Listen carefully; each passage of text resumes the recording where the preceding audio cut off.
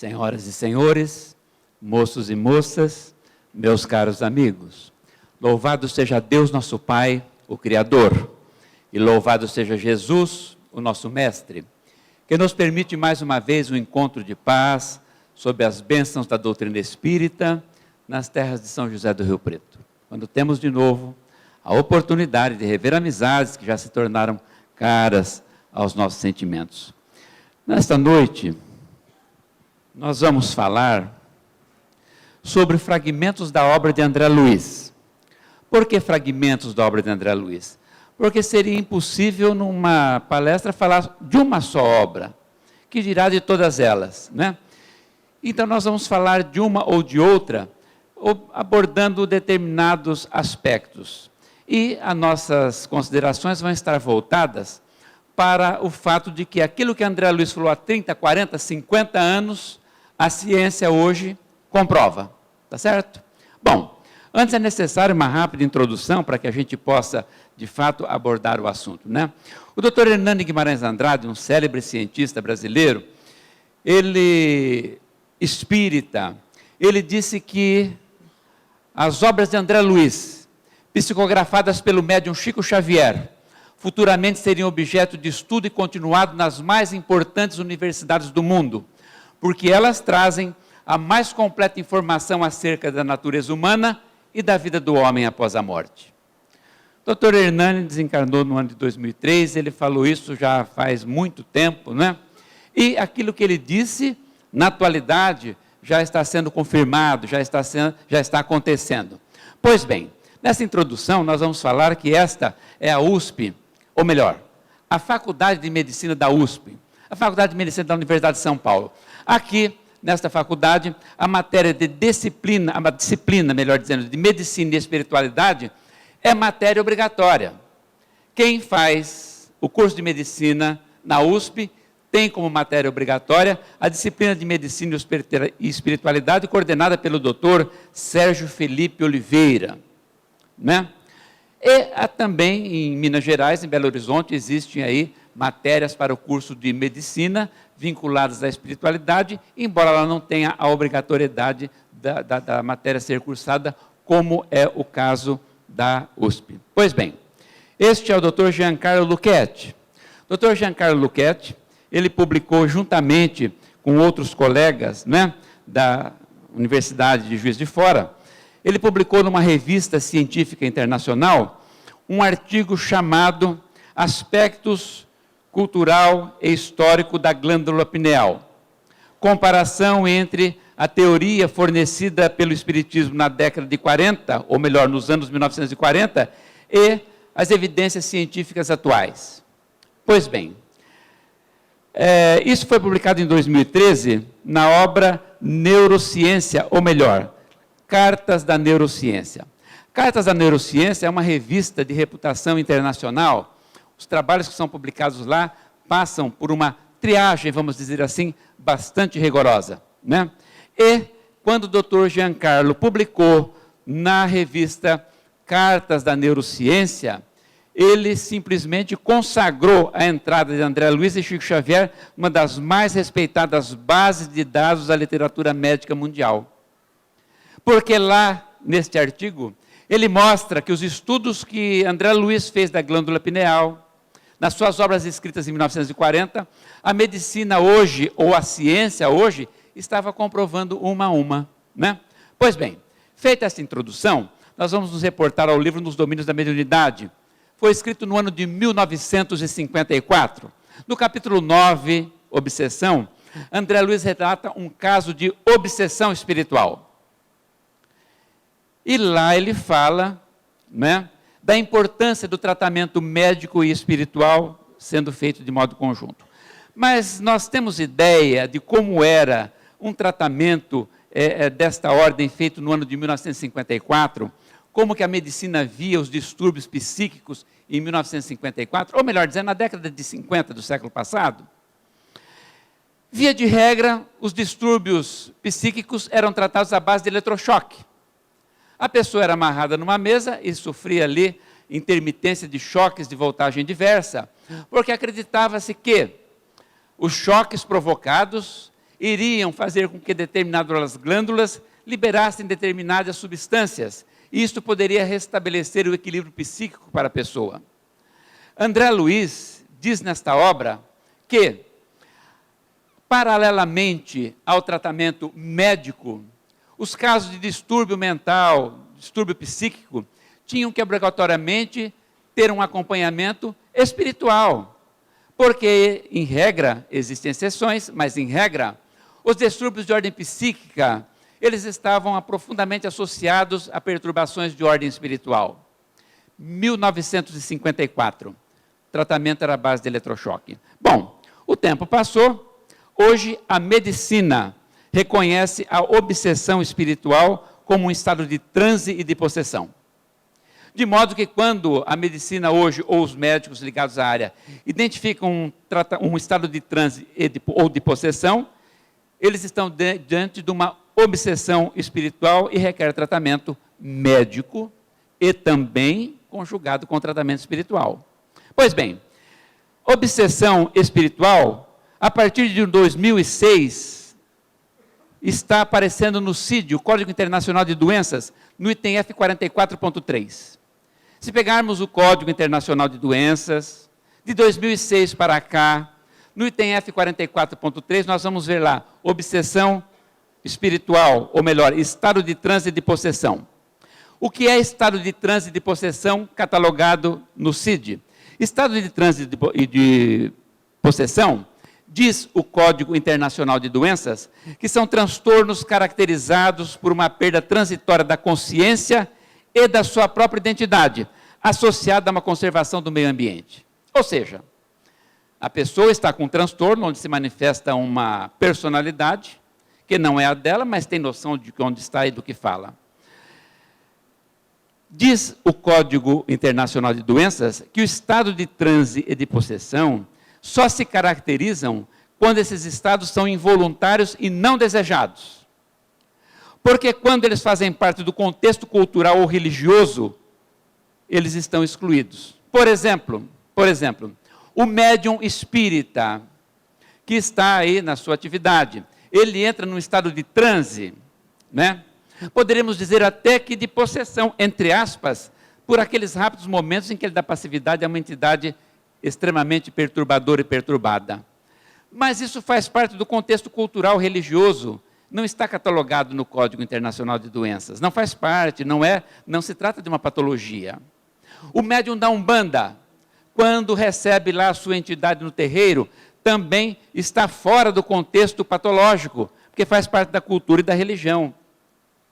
A vertente carismática da Igreja Católica, que tem ali as pessoas que nós podemos identificar como médiuns, a diferença é que eles falam que se identificam com o Espírito Santo, ou então com entidades trevosas simbolizadas por Lúcifer, também não estão inseridos no Código Internacional de Doenças. Assim também, como não está inserido o ancião das igrejas protestantes, que também tem lá os seus momentos, né,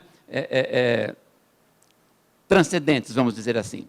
Então, só se caracteriza quando é involuntário e indesejado. Ora, André Luiz escreveu isso em 1954, quando o tratamento para esses distúrbios era uma base de eletrochoque, independente de ser obsessão ou não. 52 anos depois, a medicina reconhece estado de transe de possessão como uma patologia que requer tratamento médico associado a um tratamento também espiritual. Por que tratamento médico? Por que também tratamento médico? Ora, porque nós sabemos que uma obsessão de longo prazo, ela tem consequências de ordem orgânica, né? Então, está certo, dentro desta órbita das nossas considerações. Encerramos este livro para passar para o próximo, No Mundo Maior, escrito em 1947. No capítulo 3, Casa Mental, deste outro livro, André Luiz fala assim: nos planos dos lobos frontais, são aqui, ó, região da testa, nos planos dos lobos frontais, silenciosos ainda para a investigação científica do mundo, jazem materiais de ordem sublime. Silenciosos ainda para a investigação científica do mundo. Em 1947, a medicina tinha conhecimento, evidentemente, dos lobos frontais, mas ainda estava um pouco longe de interpretar o seu verdadeiro significado. Jazem materiais de ordem sublime que conquistaremos gradualmente no esforço de ascensão, representando a parte mais nobre do nosso organismo divino em evolução. Muito bacana. Só que a gente lê, pensa que entendeu, não entendeu absolutamente nada e acha que é um negócio interessante e bonito. Porque se pedirmos para qualquer uma das pessoas presentes explicar isto aqui, elas vão explicar com palavras diferentes aquilo que está aí. Só isto. Ora, era preciso que o tempo passasse para que a gente pudesse compreender o que é que André Luiz quis dizer quando ele disse que nos planos dos lobos frontais jazem as estruturas mais nobres do nosso organismo divino em evolução. Bom, esse é o Dr. Jorge Muhl Neto. No período que foi de 2002 a 2006, o Dr. Jorge Muhl Neto fez experiências muito interessantes com o aparelho de ressonância magnética funcional. Qual é a diferença do aparelho de ressonância magnética funcional do aparelho de ressonância magnética? É que o aparelho de ressonância magnética, ele faz fotos em 3 dimensões de órgãos internos do nosso corpo e, além disso, ele faz fotos com cortes seriados mostrando as estruturas dentro desse órgão. Já o aparelho de ressonância magnética funcional, além de fazer isto, mostra o que é que acontece com o nosso cérebro quando nós pensamos, quando nós temos emoções. Então, o Dr. Jorge Muhl fez uma experiência bastante interessante. Para que a gente possa compreender a experiência dele, é interessante que a gente tenha um conhecimento mínimo de determinadas estruturas, não é? Pois bem, aqui, nesta parte ativa, nós temos a área tegmentar mesolímbica, extrato dorsal e ventral. Esta área aí compõe o sistema de recompensa do cérebro. Claro que nós não precisamos de se preocupar com esses nomes, daí é só para a gente entender. O que precisamos saber é que aqui está o sistema de recompensa do cérebro, nesta área aqui ativada. Como que é isso? Olha, falando de uma forma bem simples, é assim. Quando nós, por exemplo, comemos chocolate, a área de recompensa do cérebro é ativada e nós temos uma sensação física muito boa e dá vontade de comer chocolate outra vez para que a gente volte a ter a mesma sensação. De preferência, uma barra grande, né? Por que vamos pegar uma pequenininha? Quando a pessoa pratica sexo, ela tem, naturalmente, o sistema de recompensa do cérebro ativado. Ela se sente fisicamente e psiquicamente até muito bem. E esta sensação faz com que o sistema de recompensa do cérebro faça com que ela tenha o desejo de praticar sexo outra vez, para sentir o mesmo bem-estar. Quando a pessoa experimenta a droga, seja ela qual for, o sistema de recompensa do cérebro é novamente ativado. E então, ela tem uma sensação boa e vai ter vontade de experimentar a droga outra vez. Embora a gente saiba que, com referência à droga, todas elas são altamente prejudiciais. Mas o mecanismo é esse, por isso que ela volta a experimentar. O Dr. Jorge Muhl Neto fez a seguinte experiência. Ele colocou pessoas no aparelho de ressonância magnética funcional. E disse assim para elas, olha, nós estamos aqui, você está em tratamento, mas nós vamos fazer uma experiência, né? Então, você vai se submeter aqui aos nossos experimentos, uma maravilha, a gente fica muito grato. E, por causa da sua colaboração com as nossas pesquisas, você está ganhando aí uma gratificação de R$1.000. Quando ele falava isto, e a pessoa ficava um pouquinho em dúvida, ele confirmava, falava, olha, aqui está nesse envelope, na hora que terminar você pode pegar e levar, que é seu. Ele observava que o sistema de recompensa do cérebro entrava em grande atividade. A pessoa sentia um bem-estar muito grande. Como sentiriam vocês se eu falasse assim, olha, vocês que vieram na palestra hoje, vão receber um envelopinho com R$1.000 também. Vocês perguntariam para a pessoa que está ao lado, quando será que ele volta? Não é? Então, e assim ele fez com todas as pessoas, e todas elas, quando tinham certeza de que tinham recebido R$1.000, o sistema de recompensa do cérebro era ativado, elas tinham um bem-estar muito grande e gostavam de repetir a experiência. E assim ele fez várias vezes. Depois, ele continuou com a experiência, mas com outras pessoas até, mas modificou a conversa. Ele colocava a pessoa na câmara de ressonância magnética funcional. E ali, mexendo nos seus instrumentos, ele dizia assim para a pessoa: olha, você sabe que tem uma instituição aí na nossa cidade, uma instituição assistencial, que está com problemas sérios de ordem financeira. É um pessoal muito correto, muito honesto, desenvolve um trabalho social exemplar, mas eles estão passando por algumas dificuldades. Você não poderia fazer uma contribuição para eles? A pessoa falava assim: ah, posso. Mas de quanto? Eu falava: não, quanto você quiser. Se você quiser, mas olha, você não se sinta obrigado, obrigada a isso, não é? Você contribua se quiser, mas vale a pena, porque é uma instituição exemplar.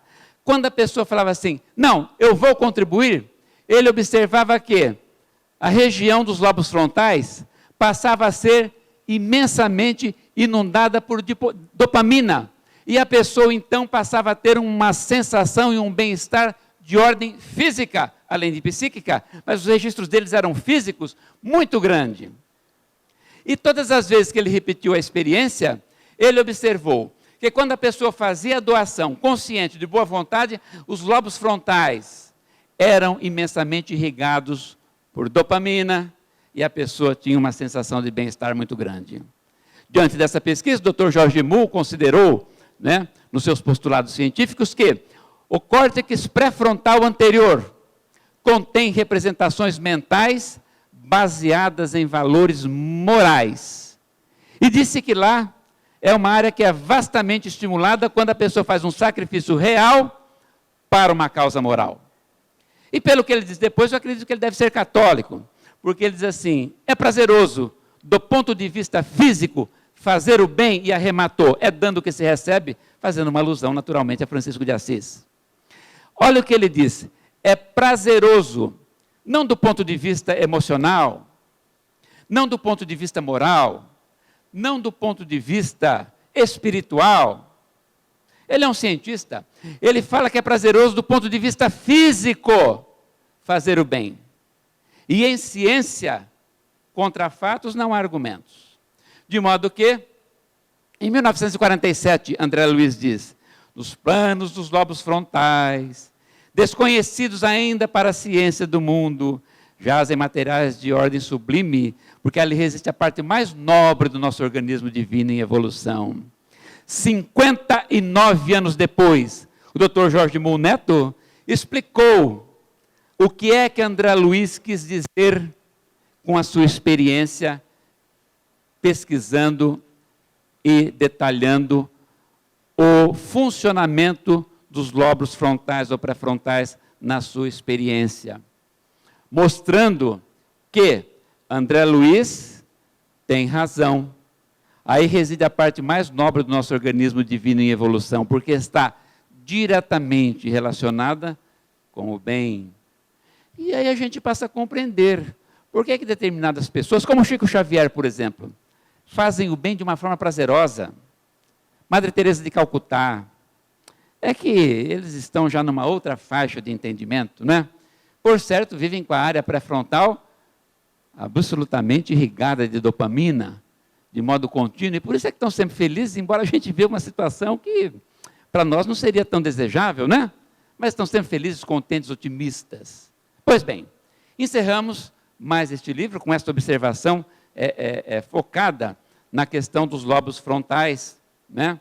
Que o Dr. Jorge Mull fez, e nós consideramos então, diante dessa pesquisa, as considerações de André Luiz. Outro livro, 1968, agora vamos nos reportar ao livro E a Vida Continua, o último livro da série científica de André Luiz. Nesse livro, no capítulo 9, André Luiz fala deste jeito: em última análise, chegaremos a saber que a matéria é luz coagulada, substância divina que nos sugere a onipresença de Deus.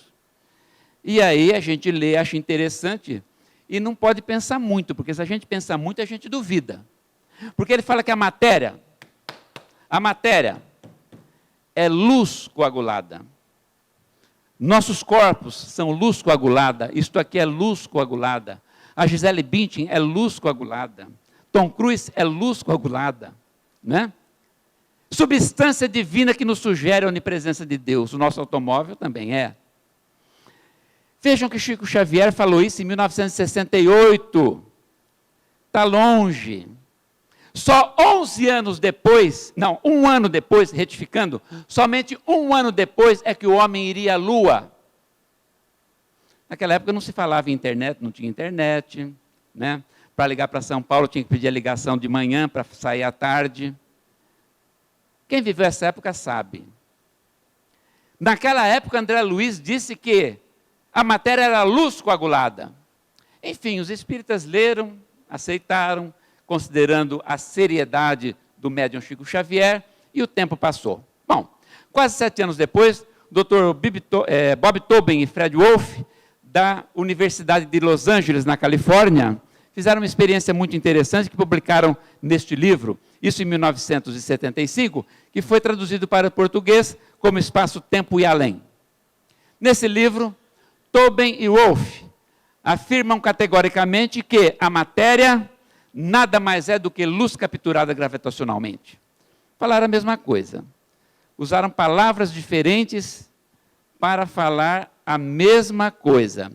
A matéria é luz capturada gravitacionalmente. Só que falou, mas não provou. Porque os cientistas agem assim. Eles elaboram uma teoria que eles imaginam que vai explicar determinados fatos. Depois, essa teoria ela vai se sedimentando com os estudos que vêm posteriores a ela, até que chega o dia em que eles provam isso. Se provou, a teoria tem validade e ela passa a fazer parte do mundo científico. Se não consegue provar, ela é abandonada. Então, Tobin e Wolf falaram isto, mas não provaram. Eles tinham plena convicção, publicaram um livro, mas não conseguiram provar. O tempo passou. De 75 foi para 2012. Esse é o Dr. Peter Higgs, um célebre cientista inglês. Este é o grande colisor de hadrons, o maior acelerador de partículas do mundo. Está situado na França, está situado na fronteira entre a França e a Suíça. Está a mais de 100 metros abaixo do chão e tem 27 quilômetros de extensão, se fechando num círculo. Aqui são realizadas as mais sofisticadas experiências da atualidade. Esse colisor de hadrons, este acelerador de partículas, não é o único, mas este é o maior. Aí trabalham em torno de 3.000 cientistas dos mais diferentes países do mundo, e são as melhores cabeças pensantes em sua área de cada país. Pois bem, o Dr. Peter Higgs veio desenvolvendo aí pesquisas, né, para que pudesse estabelecer o modelo padrão da partícula ou da matéria. Porque a matéria tem mais de 60 elementos ou partículas. E faltava um para dar equilíbrio a esse modelo. Faltava um tal de bóson. Para que se pudesse estabelecer o padrão, né, o modelo padrão da matéria e da partícula, era necessário confirmar a existência do bóson. É a mesma coisa que a gente fazer uma mesa e falta um pé. A gente fala, mas aqui deveria ter um pé. Cadê o pé da mesa ou da cadeira? Os cientistas vêm atrás disso há muito tempo, né? Esse grande acelerador de partículas, esse grande colisor de hadrons, ele, nesses tubos que aqui estão, e que tem 27 quilômetros de extensão, eles aceleram partículas aí quase que à velocidade da luz. Quase que à velocidade da luz. Através de campos eletromagnéticos gigantescos e fortíssimos. Quando a partícula atômica está nessa velocidade almejada, eles invertem a polarização magnética e determinadas partículas passam a percorrer o tubo em direção contrária às outras. E aí então, evidentemente, é uma colisão violenta, microscópica, mas violenta, brutal. E nesta trombada, vamos dizer assim, essas partículas se arrebentam, se quebram. E quando elas se quebram, os cientistas estudam do que elas são compostas. A mesma coisa do que pegarmos, né, e abrirmos um tomate no meio, aí nós vamos ver que ele tem a polpa, tem a semente, enfim, uma série de coisas ali. Assim também. E no dia 4 de julho de 2012, fez 2 anos agora há pouco, o Dr. Peter Higgs teve o seu momento de glória. Num simpósio na Europa, provou-se a existência do bóson nessas experiências no grande colisor de hadrons. Demonstrou-se experimentalmente a existência do bóson. Em homenagem ao grande cientista, deram ao bóson o nome de bóson de Higgs. Aqui é o momento da colisão. Claro que só pode ser por desenho, né? Aqui é o momento da colisão. Aqui nós vamos tirar o impacto e deixar as partículas. Todos esses tracinhos amarelados, na verdade existem muitos que são esbranquiçados também, mas a coloração às vezes falha.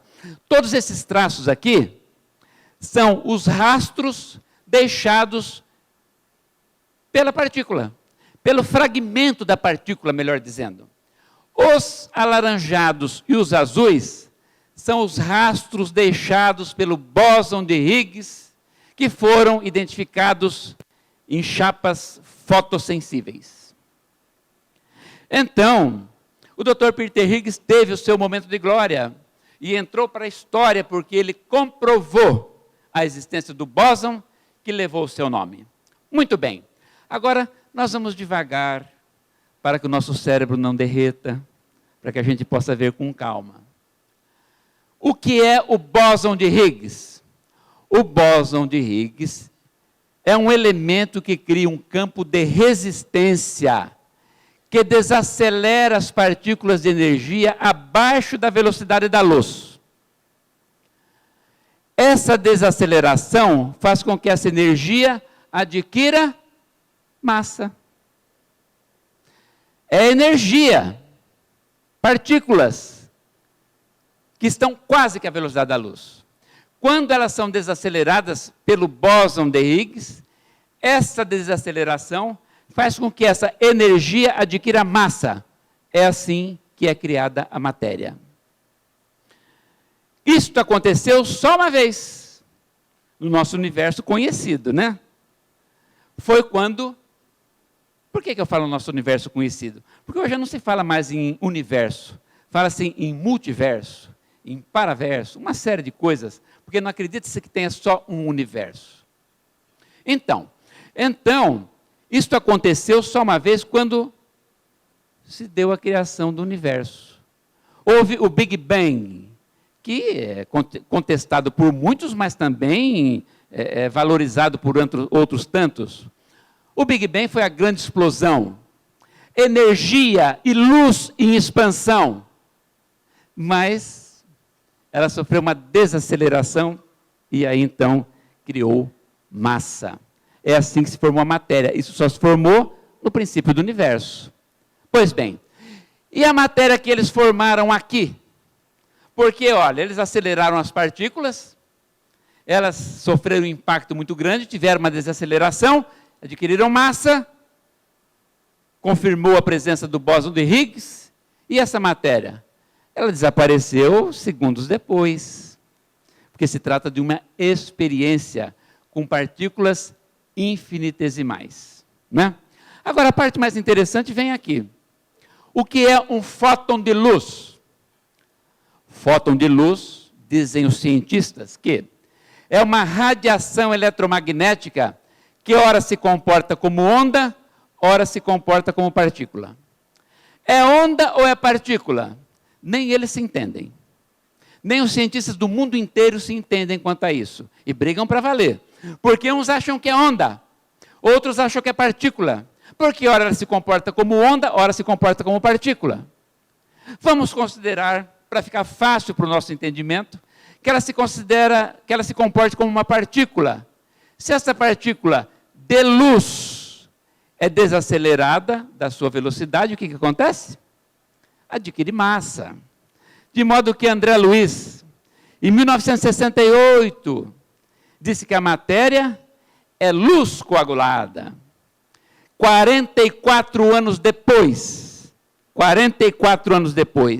vem o Dr. Peter Higgs para mostrar que a matéria realmente é luz coagulada.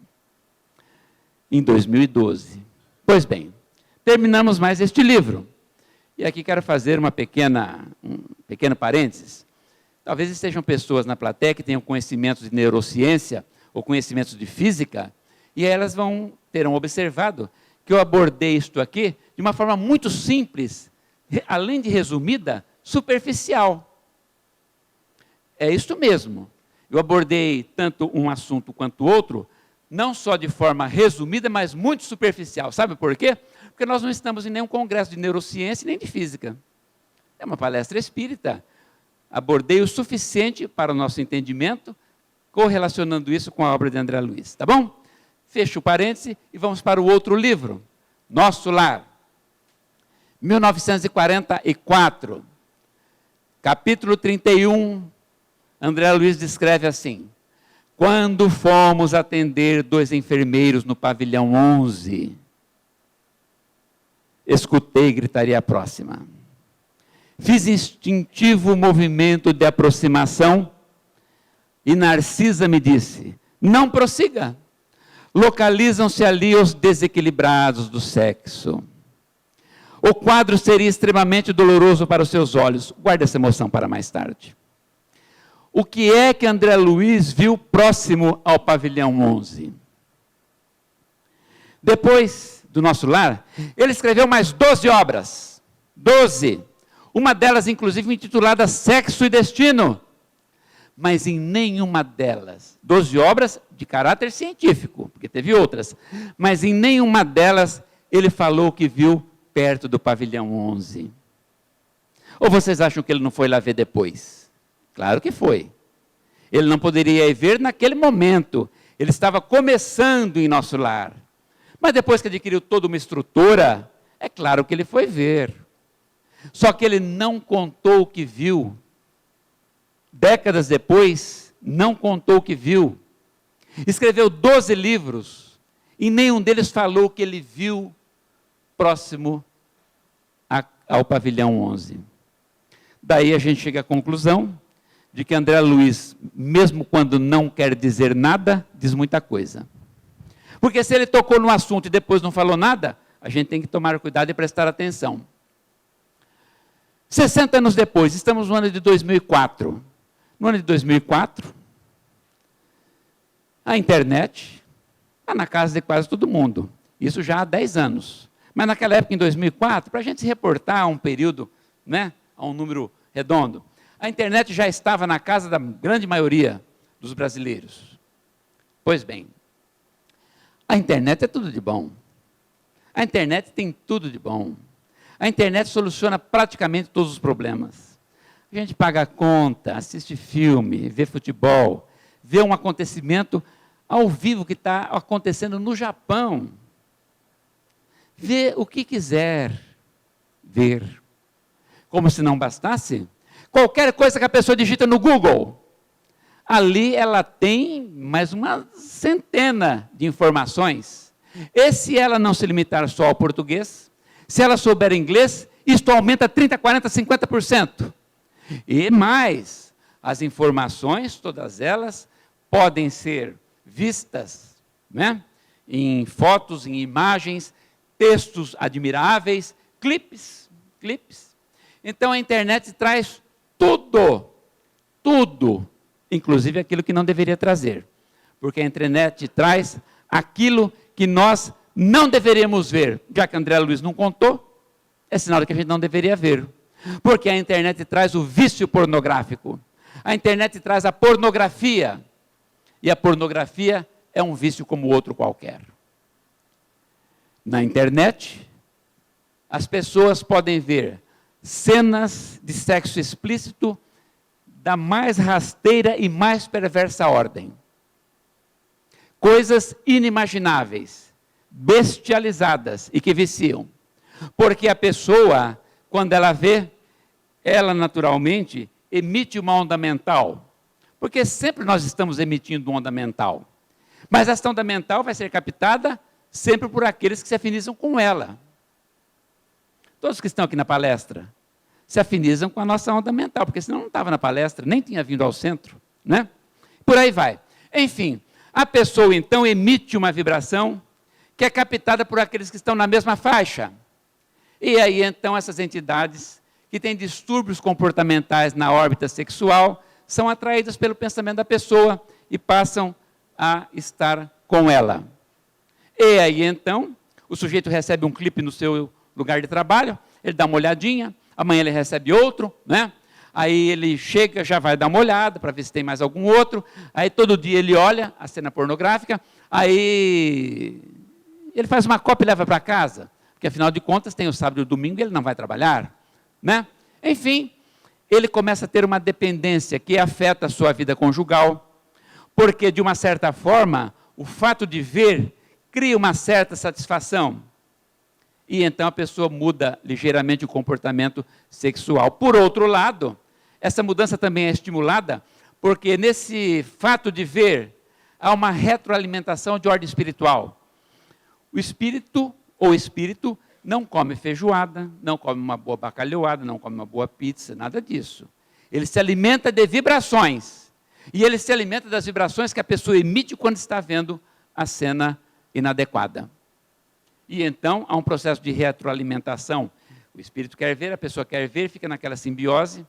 Eu tenho 4 casos de casais que terminaram o casamento porque um deles via pornografia.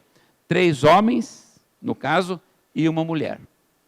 Então, quando André Luiz diz, né, ou melhor, quando Narcisa diz que o quadro seria extremamente doloroso para os olhos dele, e ele escreveu mais 12 livros e não contou o que viu, é porque aquilo lá iria criar na nossa mente imagens que seriam para nós extremamente dolorosas. De modo que André Luiz se antecipou por 60 anos, dando-nos uma orientação, sem dizer uma palavra sequer. Então, temos que ter também esta cautela, né? Bom, aqui nós encerramos a primeira parte da nossa exposição. Encerramos a primeira parte da nossa exposição, que focou o aspecto científico das obras de André Luiz. Agora nós vamos para a última parte, que está dentro do aspecto filosófico, moral. Quem são esses aí? Somos nós. Quem somos nós? Nós somos filhos da luz. Nós somos filhos de Deus, destinados à perfeição, mas ainda na pré-adolescência. Mas aqui está todo mundo na pré-adolescência? Tá. Mas eu estou vendo uma senhorinha aqui já, então, ela é pré-adolescente também. Porque o que vocês estão vendo é o corpo que ela usa, e não ela propriamente dita. E quando a gente usa muito a roupagem, né? Aqui vocês estão vendo a vestimenta desses espíritos. São todos pré-adolescentes, mas com a roupa que tem um uso maior ou menor. Por exemplo, quando a gente usa uma roupa há muito tempo, ela desbota. Aqui desbotou um pouquinho. Tá certo? As roupas são as mais diferentes. Até pouco tempo, este tipo de roupagem aqui, a questão de aí de 5 séculos, 10 séculos, esta roupagem aqui só era encontrada nas regiões africanas. Hoje, esse tipo de roupa é vestida em todos os países. Quem mora lá na Índia tem predileção por este tipo de roupagem. No Oriente, já usa-se mais este tipo aqui. Aqui no Ocidente, gira mais em torno disto, né? Esse tipo de roupa assim.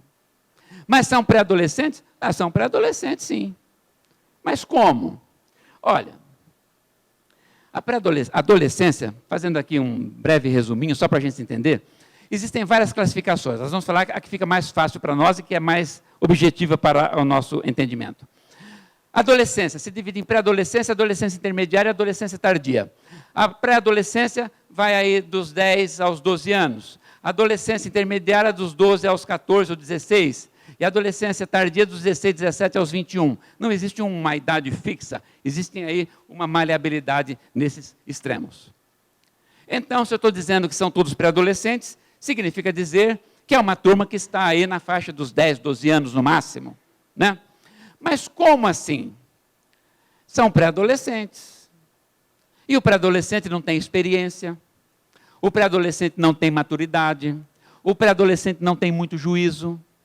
O detalhe é que esses pré-adolescentes aqui são todos filhos de Deus. Significa dizer que tem muita inteligência e muito poder, apesar de ser pré-adolescente. Inteligência superlativa e poder exacerbado. E como todo, pré-adolescente, que é filho de Deus, tem a inteligência assoberbada, grandiosa. Tanto é que os pré-adolescentes dominaram o solo onde pisa. Dominaram a crosta planetária. Mas dominaram também a água. Dominaram a água através da criação de instrumentos e aparelhos que permitem a eles lá ficar por determinado período. E isso fez com que entrassem em contato com seres gigantescos do mundo marinho. Depois de dominar a água, a terra, dominou também as grandes profundidades. Esta é a primeira batisfera. Beebe e Berton, em 1934, desceram a quase 1.000 metros de profundidade. Depois foram criadas outras batisferas. Essa daqui tem aparelhos para pegar amostragem do fundo do mar, fazer fotografias, filmes, etc, etc, etc. Então, esses pré-adolescentes, como têm muita inteligência e muito poder, dominaram o solo onde pisa, dominaram a água e depois dominaram o ar. Esse é o Concorde, um avião de fabricação britânico-francesa. Britânico-francesa, pronto, foi feito pela Inglaterra e pela França. Tá. O Concorde saiu de linha, porque a passagem dele era bastante cara, porque ele viajava em 2 vezes a velocidade do som. Qualquer um de nós aqui poderia viajar no Concorde, porque ele tinha linha comercial. Esteve no Brasil, em voo comercial, só que precisa ter dinheiro para pagar a passagem, que era bastante cara. Vamos ver o que é que aconteceu, para vocês terem uma ideia de quem são os pré-adolescentes filhos de Deus. Londres, 18 horas, estava já escuro. As pessoas embarcaram no Concorde, fizeram uma viagem de 5.570 quilômetros e chegaram em Nova York às 17 horas. Chegaram 1 hora antes de ter saído, ainda estava de dia. Mas como pode ser uma coisa dessas? Pois é, isso é para vocês verem quem são os filhos de Deus. Saiu às 18, estava escurecendo, chegou em Nova York às 17, ainda não tinha escurecido. Como que se explica? Porque o Concorde desenvolve uma velocidade de cruzeiro de 2.500 km por hora.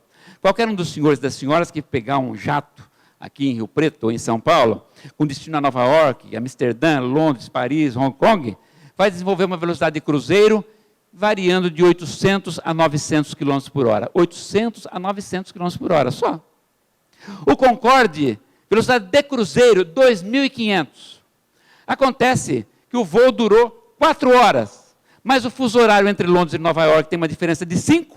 Como ele voou e gastou 4, chegou 1 hora antes de ter saído. Quando as pessoas desembarcaram em Nova York, elas que tinham embarcado às 18, olharam no relógio do aeroporto, embarcava 17. Embora no aeroporto em que elas embarcaram, já marcasse 18. São os filhos de Deus. Dominou a terra, dominou a água, dominou o ar e dominou também o espaço. Essa é a estação espacial, aí numa obra conjunta aí da Europa, Estação Espacial Internacional. Dominou o espaço. Flutua no espaço. O ser humano flutua no espaço, se ele quiser. E chegou ao despautério de 1969, e a gente usa a palavra despautério para a gente sentir o drama, de ir à Lua e voltar. Porque ir não é tão difícil.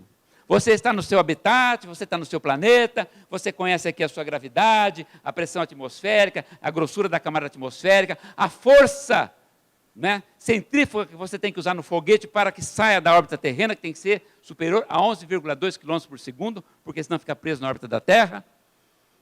Sair é fácil. Eu quero ver estar lá e voltar. num corpo celeste completamente inóspito. E voltaram. E voltaram, sabe por quê? Porque são filhos de Deus, superinteligência, superpoder. Pois bem, e aí estamos nós. E aí estamos nós. Vocês já viram a grandeza do poder e da inteligência, tá certo? Mas é na pré-adolescência. Não tem muito juízo, não tem maturidade, não tem experiência alguma. Tanto é que vive, às vezes, com comportamentos estranhos.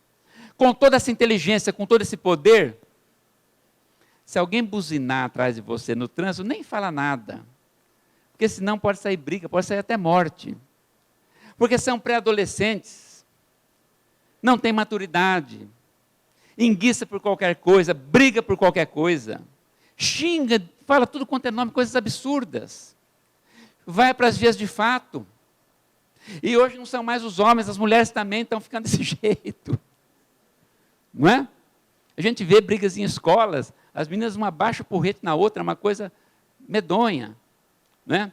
Como tem inteligência, criou aparelhos, artefatos, que para ele prejudicar o outro, para ele agredir o outro, para ele atingir o outro, não precisa mais chegar perto, igual aqui não. Ele aperta um botãozinho e a vestimenta do outro se estraga para sempre. Se estraga para sempre. Por quê, hein? Porque é pré-adolescente, não tem maturidade, não tem juízo, não tem experiência, né? Fica enguiçando com o vizinho, briga. Por exemplo, aqui foi quando a meninada, entre aspas, do Iraque, invadiu o quintal da turminha do Kuwait. Vocês se lembram disso? Aí eles invadem, aí são incendiados os postos de petróleo, criam aparelhos que explode tudo. Quando não dá para... Olha como é que são as coisas. Quando não dá para ir por terra, eles vão pela água. Equipa aquilo que deveria ser para o transporte das pessoas, para dar um plus no comércio, equipa com armas pesadíssimas para atacar o outro. Quando não dá para ir por terra e nem por água, eles vão pelo ar. No próximo segundo, este piloto vai disparar esse míssil. Disparou, o resultado é sempre assim. Depois que acontece isso, aí eles vão tomar conta do pedaço, como se diz, para usar uma linguagem, né, própria, toma conta do pedaço, estabelecem ordem, e por aí vai. Então não tem muito jeito. É uma turminha que não tem modos. Aqueles meninos lá do Oriente Médio, há quanto tempo que eles brigam? A turminha ali que mora em Israel, enguiçando com seus vizinhos, aquela coisa toda, não é? Tem uma turminha que é fortona. É uma turminha que mora ali em cima. Agora eles obedecem ao Barack Obama. Esses são fortões. Ninguém pode ir na briga com eles. Então o que acontece? Quando a turma começa com graça, eles vão lá, batem em todo mundo, né? Manda todo mundo ficar quieto, pega alguma vantagem econômica, porque já que foi, não é assim? Sempre pega uma vantagemzinha econômica, e aí a turma sossega por um tempo. Agora, o resultado é sempre esse daqui. Humilhação, sofrimento. Deus, o onipotente, o Criador, vendo os filhos dele nessa situação, inteligentes e poderosos, porque são filhos dele, achou que tinha que fazer alguma coisa. Chamou um outro filho, só que esse já não era pré-adolescente, esse já estava na maturidade superlativa. Falou assim, olha, você vai lá e fala para aquela turminha ter bons modos, porque eles estão se excedendo, eles estão demais, né? Vai lá e conversa com eles. E então esse outro filho, que já estava numa evolução e numa maturidade tão grande que podia falar assim, eu e o Pai somos um, quem me vê, vê o Pai que me enviou. E então esse outro filho veio, falou com o pessoal, ficou 3 anos para cima e para baixo, falando, dando exemplo, para impressionar a turma, para que a turma acreditasse nele, fez até milagre. Veja só que coisa, fez com que cego enxergasse. Vocês já pensaram o que é isso? Já pensou que é você ter um filho cego e chegar alguém e falar assim, o que você quer que eu faça? E você fala assim, eu quero que o meu filho veja. E aí ele fala assim, então seja feito como a sua vontade. E aí o nosso filho vê, um que não anda andar, esse era o poder do outro filho de Deus. Veio, falou sobre o amor, falou o que podia fazer, o que não podia fazer, enfim. O que é que aconteceu? Não preciso falar, porque todo mundo conhece a história. E ele falou com gente que estava em todos os tipos de vestimenta, com quem estava há pouco tempo usando a roupa, com quem já usava fazia muito tempo, e por aí vai. Então, é isso aí o que aconteceu. Agora eu pergunto para vocês. Não adiantou, né? Como que Deus faz para educar uma turma dessa? Porque é muito inteligente e tem muito poder, mas estando na pré-adolescência não tem maturidade, não tem modos, não tem juízo. Como que Deus faz para educar uma turminha dessa? Se fosse com a gente, vocês já pensaram que situação difícil? Como é que vai lidar com um negócio desse? É muito difícil. Bom, mas é André Luiz que mostrou como é que isso é feito. No livro Ação e Reação, escrito em 1956, capítulo 19, Sanções e Auxílios, ele fala que o grande educador da humanidade é a dor. É a dor. E diz uma frase que é extraordinária. A dor é ingrediente dos mais importantes na economia da vida em expansão. E é ingrediente dos mais importantes na economia da vida em expansão. Vamos ver isto. Bom, Deus então, quando vê que os seus filhos não têm modos, faz com que a dor possa visitá-los. E como é que faz isso? Em regra, tira aquilo que ele ama, porque é uma das coisas que mais dói. Tira o que ama. Olha o que eu estou falando. Não tira o que ele gosta. Tira o que ele ama. Porque gostar é de natureza humana. Hoje a gente gosta de uma coisa, amanhã gosta de outra. Amar é de natureza divina. O indivíduo hoje gosta de uma mulher, amanhã ele gosta de outra. A mulher hoje gosta de um rapaz, amanhã gosta de outro. Então ela troca. Agora, quando ama, se há amor, aí não tem jeito. Ela pode até viver sem, mas é uma dor muito grande. Então, Deus, o onipotente, tira do seu filho aquilo que ele ama, porque o que ele ama não tem como substituir. Quando a gente perde o que gosta, a gente substitui por outra coisa. Mas quando perde o que ama, aquilo que a gente ama não tem substituição. Então, por exemplo, deste homem aqui, ele tirou o filho. Os maiores poderes que tem na terra são os poderes da religião, da política e do dinheiro. Desses três, o menos poderoso é o dinheiro. Os mais fortes são o da religião e o da política. O poder por excelência. A pessoa pode ser muito rica, mas ela não vai ser convidada para jantar na Casa Branca. Mas o Pelé foi várias vezes nos governos anteriores. Por quê? Porque tinha poder. Ele não era nem político e nem financeiro, mas é um outro tipo de poder que o dinheiro não compra. Tirou aquilo que ele ama, tirou o filho dele. E aí então, mesmo detendo um dos maiores poderes da terra, ele se desespera, ele chora, ele bate a cabeça na pedra, fala por quê, não se conforma e não tem como substituir. É uma dor que não tem como substituir. O casal tem 4 filhos, morre um. Não adianta ter os outros 3. Aquele que foi, e os outros 3 não substituem. É assim que acontece. E a pessoa ama todos. Porque, como eu disse, o amor é de ordem divina. O amor é difícil de explicar até. Eu tenho até uma palestra que fala sobre o amor, mas enfim, não é o momento. Quando se multiplica, ao invés de diminuir, aumenta. Aumenta. Ele não tem substituição. O casal tem um filho, depois tem outro. Aí um morre. Aquele que ficou não supre o lugar do outro. Aí eles arrumam mais um. O que veio também não ocupa o lugar do outro. Aquele que morreu continua fazendo falta. O amor é uma coisa tão interessante. Por exemplo, um homem pode amar várias mulheres? Pode, mas sentir amor mesmo? Amor. Aliás, a maioria faz isso, e as mulheres também. A maioria faz isso. O indivíduo já começa tendo amor pela mãe, já está amando uma mulher.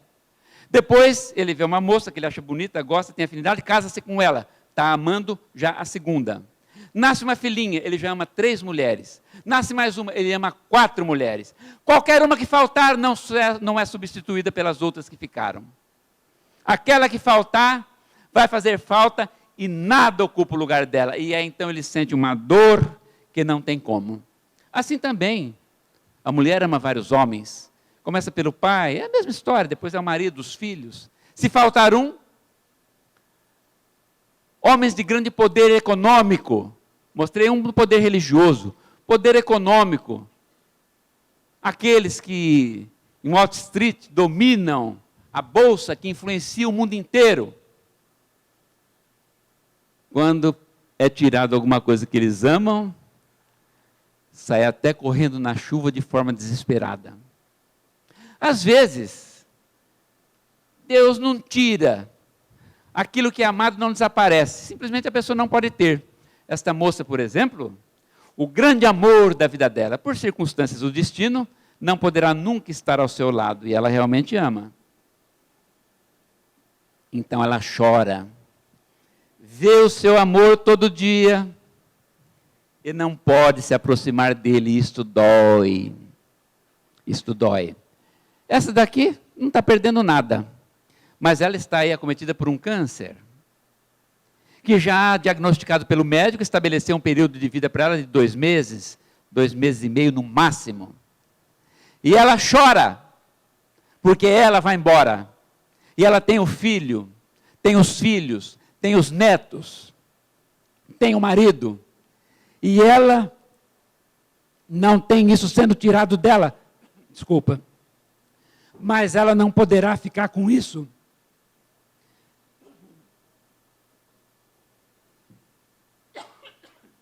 E ela então se debate na dor.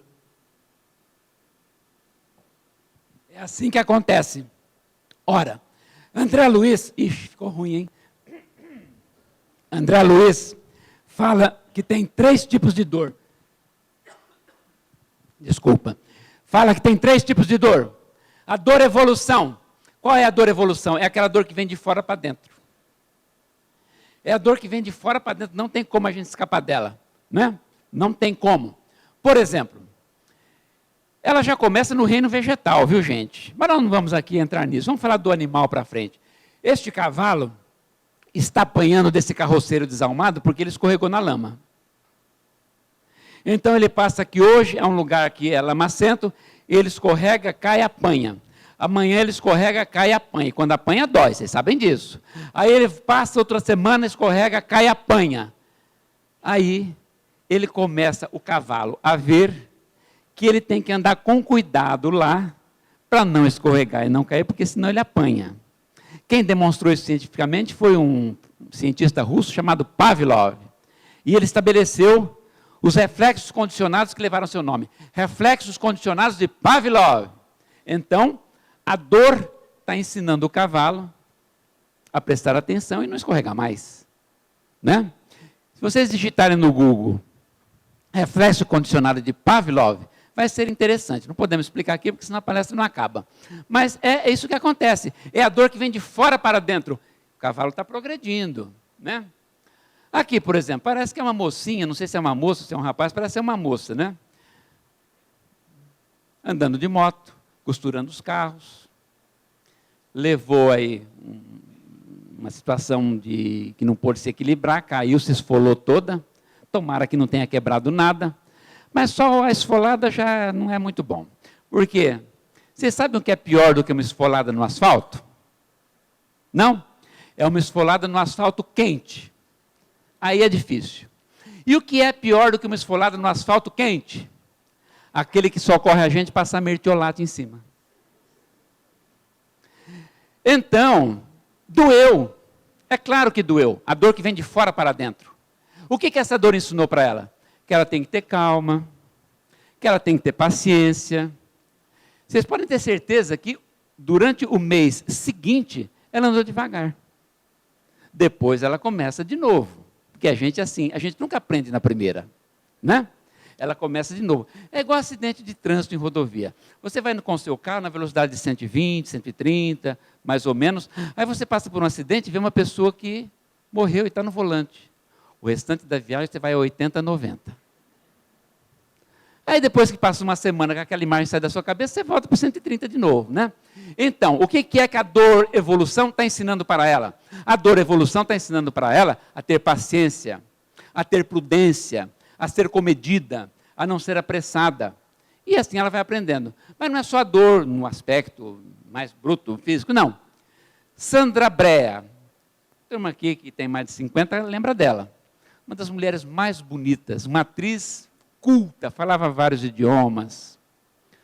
Mas ela não tinha um comportamento sexual muito adequado.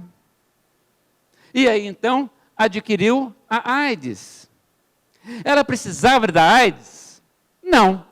A AIDS é a dor evolução, é a dor que vem de fora para dentro. Se ela tivesse um comportamento sexual adequado, ela não teria contraído a AIDS. Porque ela contraiu através do comportamento sexual, que segundo ela mesma, não tinha restrições, palavras dela. Então é a dor que vem de fora para dentro, né?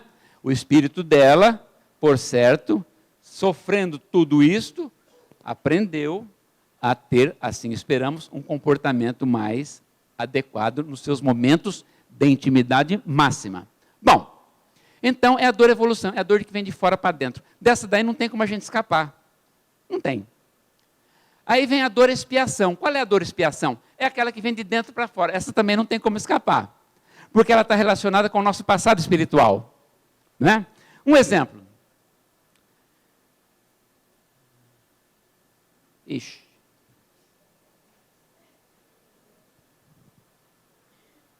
Já está aqui a equipe técnica. Alarico I, rei dos visigodos. Vou resumir para vocês. Incendiou a Espanha. Destruiu a Europa. Quebrou, matou, pôs fogo, estuprou, arrebentou, destruiu e chegou ao ponto de vencer o Império Romano. Muito bem. Fez um monte de coisa que não podia. Eu imagino, agora é uma coisa muito pessoal minha, né? Vou pedir licença para falar. Eu imagino que ele chegou do lado de lá, o pai dele falou assim, mas esse menino não tem jeito. Volta para lá. Vai já consertar o que você fez. E não tem jeito de não obedecer, né? Ele voltou. Voltou e vestiu uma outra roupa. Essa outra roupa ficou conhecida com o nome de Alarico II. Vou resumir o que ele fez. Pôs fogo na Espanha, destruiu a Europa, quebrou, matou, arrebentou, vilipendiou e venceu o Império Romano pela segunda vez. Os seus generais desviaram o curso do rio Busanto para enterrá-lo e depois voltaram o curso do rio por cima, no lugar anterior, para que ninguém violasse a sua sepultura. Chegou de novo do lado de lá. E eu imagino que o pai dele falou assim, mas esse menino é impossível. Aí deve ter pensado um pouquinho, e o resultado da história é que ele nasceu no Brasil, teve outras reencarnações, mas nasceu no Brasil, contaminado pela lepra, que o carcomia vivo, recebeu o nome de Jesus Gonçalves, afastado da sociedade, só encontrou guarida num asilo para leprosos em Parapitingui. Como era um espírito culto, fez várias poesias e ficou conhecido como poeta das chagas sangrentas. Aí tomou jeito, não é? E ele ainda foi feliz, porque nasceu aqui no Brasil, encontrou uma colônia que recebia leprosos e teve uma vida, né? Mas ele que conheceu muitas glórias, para esse espírito, era uma expiação muito difícil. É a dor e a expiação, não tem jeito. Nosso passado está aí. Agora a última, e essa é a única que eu tenho medo. Sabe por quê? Porque dessas duas que eu mostrei, não adianta ter medo, né? Não tem como sair delas. Você vai fazer o quê? Mas essa daqui, a dor auxílio, essa eu tenho um pouquinho de medo. Por quê? O que é a dor auxílio? A dor auxílio é aquela que os nossos amigos espirituais, olha só, os nossos amigos espirituais pedem para a gente ter, para a gente se melhorar. Então vamos dar exemplo que fica fácil, você já não precisa falar muito. O seu José está com 70 anos, foi bom filho, foi bom marido, foi bom pai, foi bom profissional, todo mundo gosta dele, sempre prestativo, mas tem um rompante de orgulho que ninguém aguenta. O seu Zé é difícil. A esposa fala assim, Zé, você tomou teu remédio para pressão? Sou suficiente para cuidar de mim. Não preciso que ninguém fique me vigiando. Aí o filho fala assim, pai, tem que ir lá no sítio, hein? Não está na hora de vacinar o gado. Sou suficiente para tomar conta dos meus negócios. Não preciso que ninguém fique me dirigindo no que eu devo ou não devo fazer. Não morri ainda, quando eu morrer vocês tomam conta. Aí ele tem que ir a São Paulo. O neto fala, vô, quer que eu leve o senhor a São Paulo? Eu e a minha Kombi andamos em qualquer lugar. Eu sei ir a São Paulo e voltar e não preciso de ninguém. Aí os amigos espirituais falam assim, mas olha o Zé, um cara bom. Tudo aquilo que eu já falei, não vou repetir. Nós precisamos de ajuda. Não é possível que ele venha para cá, ele que foi tão bom, que ele venha para cá com esse defeito. Não pode, então vamos ajudar ele. Então o que nós vamos fazer? Um infartozinho, pronto. Coisa leve, 3 meses de hospital. E não é que o Zé melhorou? Nesse estado aí, a mulher vai lá e fala assim, Zé, você está tomando remédio direitinho? Estou te dando remédio, se tiver, pisca uma vez. Ele fica piscando, 4, 5. Aí ela pega na mão dele e fala assim, Zé, a comida daqui do hospital não é igual a de casa. Você está com vontade da nossa comida? Se tiver, aperta a minha mão. Ele fica apertando, parece que está apertando uma corneta, de tanto que aperta. Bom, foi para casa. Zé, você não vai tomar teu remédio? Então, estava esperando você me falar, cadê o remédio? O filho fala assim, pai, não tem que ir no sítio? Ele fala, bom, eu estou à disposição, eu sou aposentado, eu estou esperando vocês me chamarem, na hora que vocês me chamarem eu vou. Tem que ir a São Paulo. O neto fala, vou. Ele fala, então, eu ia falar para você que eu preciso ir a São Paulo, você pode me levar? Uma maravilha. Vai desencarnar sem um rompante. Por quê? A dor auxílio. A dor auxílio. E não são só os homens, não, as mulheres também precisam de ajuda. Né? Tem o caso da Maria, por exemplo. Vaidosa, mas muito vaidosa. Bonitona, hein? Bonitona, mas vaidosa. Ela olhava sempre as amigas de cima para baixo, assim, ó, né? Porque ela se achava mais bonita. Sempre com roupa da última moda, sapato de saltinho de 15, 16 centímetros, uma coisa, né? E a mesma coisa, boa filha, boa esposa, boa mãe, boa profissional, todo mundo gosta dela, foi sempre prestativa, mas uma vaidade que não tem jeito. Aí os amigos espirituais é a bisavó que já morreu, é o tio que adorava ela, é o seu espírito benfeitor, mas a Maria não pode vir para cá desse jeito. Uma pessoa como ela vai vir com essa vaidade besta. Então vamos ajudar, vamos auxiliar. O que nós vamos fazer? Pensa. Um câncerzinho, mas sem grandes consequências. Coisa rápida, nada que aí 10, 20 sessões de químio ou radioterapia não resolva. E aí então ela vem. Aí o que acontece? Ficou sem cabelo, uma sonda no nariz, mas ela vê que o marido pega, beija, abraça, os filhos pega, beija, abraça, os netos pega, beija, abraça e ainda sobe em cima. Então ela vê, vocês estão vendo que ela está meio retraída aqui? Ela não está muito à vontade, ela está meio assim, né? Está meio retraída, ela está meio retraída lá. Por quê? Porque ela acha que ela está feia. Mas acontece que as pessoas não estão preocupadas com isso. O que vale é ela. E ela começa a ver, então, que a vaidade não... As pessoas gostam dela mesmo assim, pelo que ela é, não pelo que ela aparenta ser, fisionomicamente falando. E melhorou. Largou a vaidade besta. Largou, não é mais vaidosa. Dor, auxílio. Estou terminando, viu, gente? Dor, auxílio. Então, agora, isso não quer dizer, faço questão de dizer isso, para que depois que eu voltar para Jales, as senhoras presentes não vão falar mal de mim. Isto aí não quer dizer que a mulher não deva se arrumar. Se arrumar é uma coisa, ser vaidosa é outra. Tem pessoa que se arruma e tem bom gosto, porque tem mulher que tem bom gosto e tem dinheiro. E aí então ela fica uma coisa, né? Pode. Mas pode se arrumar, pode pôr joia, pode pôr bijuteria cara, pode isso, pode. Mas isso não tem nada a ver com a vaidade. Vaidade é outra coisa. As pessoas, a mulher não é que ela pode se arrumar. Ela deve se arrumar. Porque, vocês sabem por que os homens não se arrumam? Porque não tem recurso. O homem vai fazer o quê? Coitado, né? Não pode pôr um brinco, não pode variar a argola do brinco, não pode pôr sapato de salto alto, não pode pôr saia, só tem que ser calça comprida, né? Não pode ficar mudando a cor do cabelo. O homem não pode fazer nada. Tem hora que eu olho no espelho e fico com dó de mim. Então, vamos lá. A mulher pode tudo isso? Pode, então deve fazer. A mulher deve fazer. Ela tem muitos recursos. Não pode ter vaidade. E ela demora para fazer isso? Claro que demora. Claro que demora. E demora, hein? E demora. Qual é a diferença do homem e da mulher quando vai sair? É que o homem penteia o cabelo, põe o paletó, ele está pronto. E como ele não tem muita noção, ele fala assim para ela, estou pronto. Como se isso resolvesse alguma coisa para ela. Ela está nos primeiros minutos dos 45, 50 minutos que ela vai gastar. Ou até 1 hora. E ela vai gastar isso tudo? Vai. E o homem então tem que aprender a ter paciência. Porque ela vai ficar bonita para ele, vale a pena.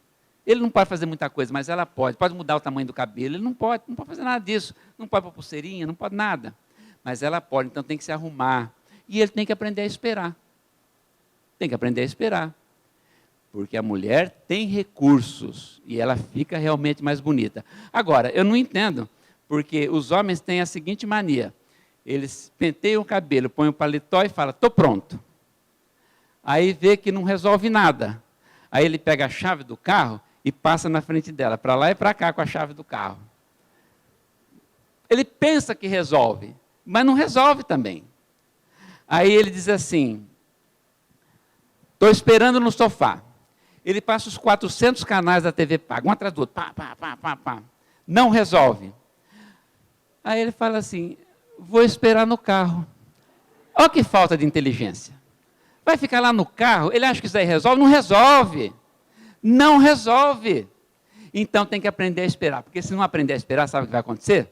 Os amigos espirituais vão falar assim, olha, o João, tudo aquilo que eu já falei, né? Mas não tem paciência. Ele não espera a mulher dele. O que nós vamos fazer? Ele não pode vir para cá impaciente desse jeito. Uma hemodiálise nele, pronto. Aí vai ficar lá 2 horas preso na máquina, 3 horas preso na máquina, sem poder sair.